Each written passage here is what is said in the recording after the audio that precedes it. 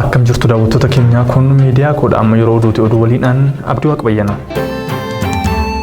Keemikaala hin beekamneen du'uu korra akka ijoollee 120 guyyaa lama keessatti ajjeefamanii rasaasaan tumamee du'uu naaf wayyaa jedhe Jawaar Muhammad. Seenaaf akka ta'uuf haqa jirtuun dubbadha na dhukkubaa jira warri abbaa alangaa fayyaa guutuu qaba. Yaalas argatee jira jedhanii ibsa baasan argee baay'een gadde na dhukkubuun kijiba miti namuu laalee ni arga nyaanni waan garaanaaf hin teenyeef nyaachaan jiru manni murtii yaalumsi barbaachisaan akkanaaf godhamu ajajus yaala hin arganne warra poolisootaa fi abbaa alangaa as jiran kana waliin mari'annee hakiima dhuunfaa kiyya akkanaaf galchan walii gallee turre garuu hakiimni kiyya hogguu lama dhufee naaf galchuu didan bebelaay akaal tashirwaal jedhanii naaf galchuu didan ani nama siyaasaati kanumaaf ani hidhames mootummaan ji'a lamaa oliif miidiyaalee adda addaatiin duula irratti oofaa akka jiru argaan jira duulli kun maaliif akkan hidhame ofiif of ibsa yeroo mana murtii kana dhufnu sababni matariyyeessiin xammadamee koomaandoo hedduun eegamnee dhufnuuf sababni mooraa kana keessaa fi alaan sochii hundi ugguramee hojjettoonni mana murtii illee bakka kutaa tokkottuu naqamanii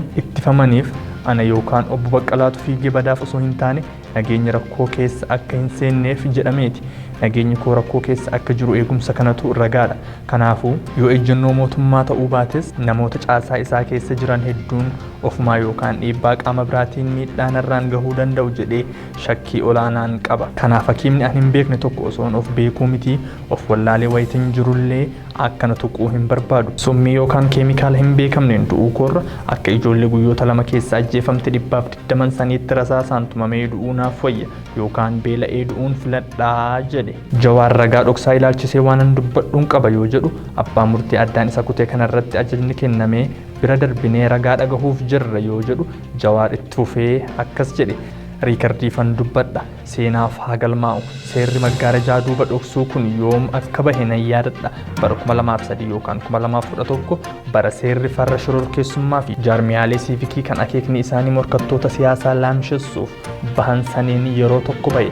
mee sinitti haa agarsiisu ragaa fuula isaa hin beekne kan maqaa isaa hin beekne tokko akkamitti gaaffii qaxxaamuraa gaafachuu dandeenya akkamitti mirga ofirraa ittisuu keenya irratti dhimma baana kun hin danda'amu akeekni ragaa dhoksuu akka ofirraa hin ittisne taasisuu fi isteeliin irraa eegalee mootummoonni abbaa irree ragaa sobaa morkattoota isaanii irratti qindeessuuf tooftaa kanatti fayyadamaa turan biyya kana keessatti hidhamtoota siyaasaa irratti keessattuu ammoo addatti ijoollee Oromoo irratti ammas kanatu ta'aa jira ragaan kijiba akkanaa hidhamtoota siyaasaa Oromoo kumaatamoota hedduu irratti raawwatamaa jira waan tokko jala mureensinitti himuu barbaada dhimma keenya kanaaf miti biyyattii kanaaf lammiilee biyya kanaaf seerri kun hin malu qabsoo qeerroon godhe keessaa tokko seerota jal'ina qaban akkanaa sirreessuudha kana gooneets agarsiifna hanga lubbuun kiyya jirtutti seerri kun akka haqamuun hojjedha ni jijjiirama kanuman jedha galatoomaa.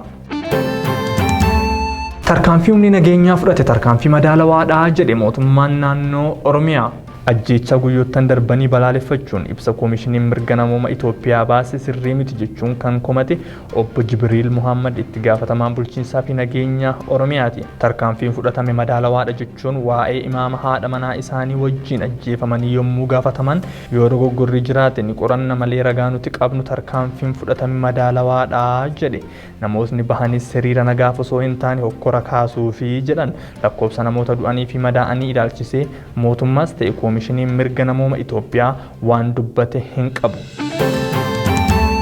Ibsa addi bilisummaa Oromoo baase ajjeechaa fi hidhaan humnoota mootummaatiin raawwatamaa jiru hokkora babal'isa malee furmaata hin fiduu jedhe. Duulli hidhaa fi ajjeechaa humnootii mootummaa Oromiyaa keessatti geggeessaa jiran biyyattii gara hokkoraa fi diigumsa caaluutti geessa malee furmaata fidu kan hin qabne ta'uu ABO'n cimsee hubachiisa. Keessumaa guyyoota sadan kana mootummaan hidhattoota baay'inaan Oromiyaa keessa bobbaasuun uummata nagayaa kumaan lakkaa'amu hidhuu fi lammiilee siviilii gaaffii dhiyeessan irratti dhukaasa banameen dhibbootaan madeessuu fi ajjeesuun isaa gocha ulfaataa fi gonkumaa fudhatama hin qabnedha. Mootummaan hidhaa fi ajjeechaa uummata nagaarraan gahaa jiru irratti saffisaan akka of keessa ilaalu miseensotaa fi hooggantoota dhaabbilee siyaasaa walumaa galatti hidhamtoota siyaasaa Oromoo badii malee hatattamaan hiikuun gaaffii siyaasaa dhiyaataa jiruuf hooggantoota siyaasa ABO KFO fi jaarmiyaalee Oromoo fi kanneen biroo wajjin deebii isaa akka argamsiisu gaafanna. Humnoonni hidhattootaa mootummaadhaan bobbaafamtanii lammiilee keessan ajjeesaa fi dararaa jirtan daddaffiin gocha kanarraa dhaabbattanii seeraaf abboomama qabdan akka agarsiiftan gaafata. Kanneen ajjeesuu fi madeessuu dabalatee akka bifa hundaa ajajuu fi raawwachiisuu keessaa harka qaban qoratamee adda baafamuun daddaffiin akka seeraaf dhiyaatan addi bilisummaa Oromoo cimsee gaafata. Ajjechaa fi dhaan jumlaa humnoota mootummaatiin raawwatamaa jiru hokkora caalaatti akka babal'isaa hin deemne yaaddoo uummataa ta'uu gadi jabeessinee hubachiifna. Injifannoon uummata bal'aa fi jedhu. Hojjetaan imbaasii Itoophiyaa biyya Iswiidin jiru mootummaa Itoophiyaa balaaleffachuun koolugaltummaa gaafate. Hojjetaan imbaasii Itoophiyaa biyya Iswiidin kan ta'an obbo Nuuraa Saaddoo hacuuccaa mootummaan Itoophiyaa uummata Oromoo irraan gahaa jiru balaaleffachuun koolugaltummaa gaafachuu isaanii OMNtu gabaase.